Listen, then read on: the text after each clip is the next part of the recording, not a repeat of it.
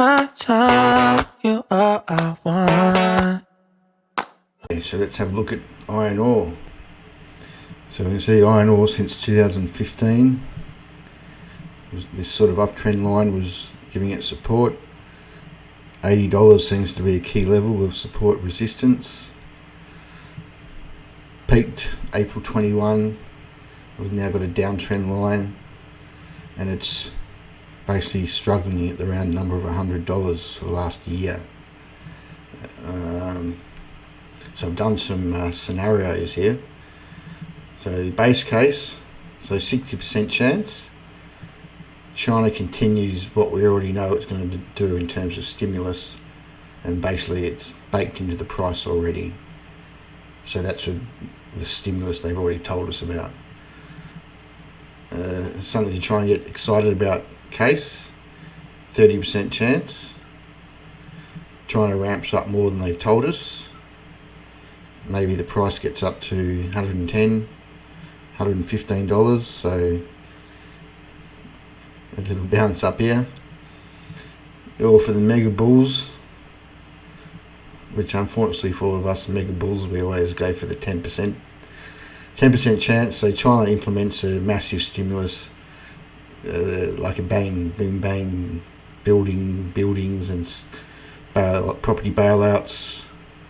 But all we're going to get is $120 back up here. So not looking good for the iron ore price.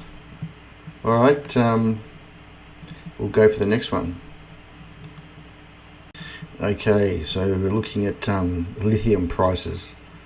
As you may or may not know, it's very opaque, and there's lots of different lithium price charts and information. So I'm just going to keep it simple and use an ETF, LIT, which throws them all together as best as and simply as I think it can.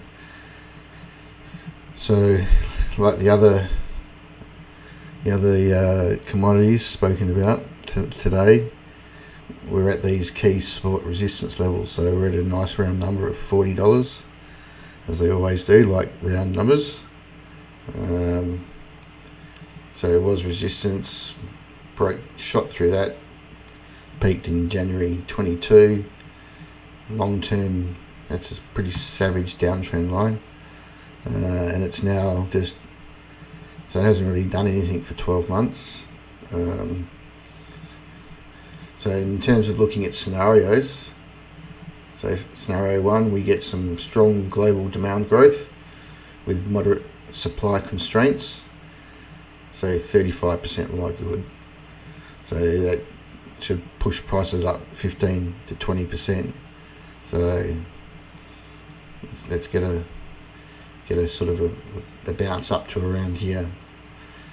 Scenario 2, robust demand growth with significant supply disruptions, 20% chance. So we get a bit more of a kick with a supply constraint really going in there. And scenario 3, the base case. So modest growth with balanced supply. So the most common, so 45% likelihood. Prices rise 15 to 20%. So very much like. So you throw them all together, and we're not seeing one of these. We're not seeing one of these things here. We're seeing basically flatlining around here.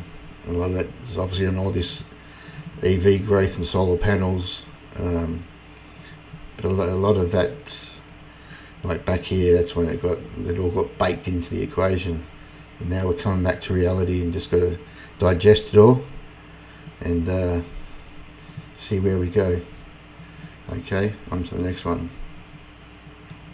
Down there in Australia, I'm currently on Force One on my way to kick some butts. I hope you are enjoying my mate Rudy's video. He keeps me up to date with all the charts I need to know. Please like the video, as he has just started this channel. It needs the YouTube algorithm boost. You know what I mean? Okay, bye. Okay, mineral resources on a monthly chart. It's a bit like being an Eagles supporter. Great times and then bang. Wow. It's sad to see, really.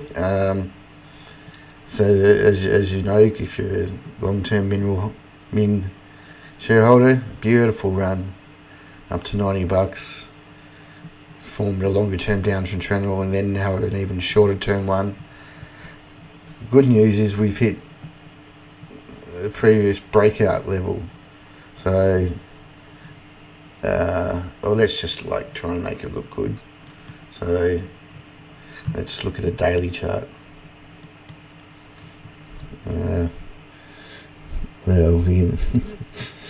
We're bouncing off that support line.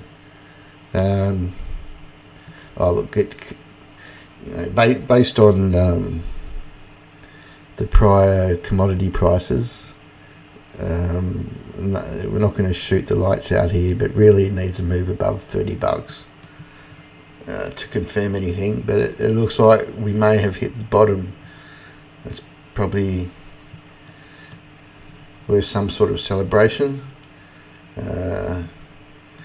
If we just look under the bonnet. So Min gets 50% of its revenue from mining services.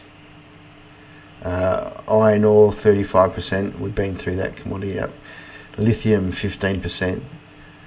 So what we haven't done is looked at mining services. So I thought for a benchmark we'd look at NWH.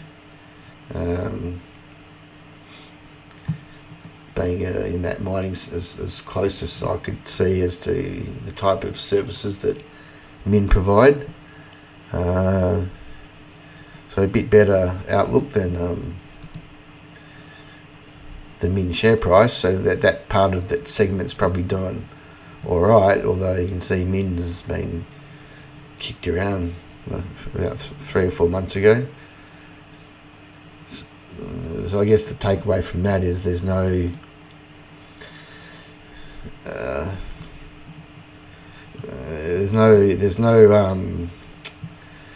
what do you say? There's nothing like something like a copper price, which is going through the roof. Sandfire's the buy of the week or the month now. Or gold. So unfortunately Min's not in any of those spaces. I mainly do ETFs, the ETF MNRS, which is focusing on worldwide global gold miners. That's a buy. It's a lot more exciting than waiting around here. But anyway, if you're a long-term shareholder, hang in there.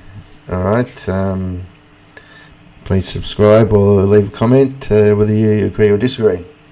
Alright, thank you.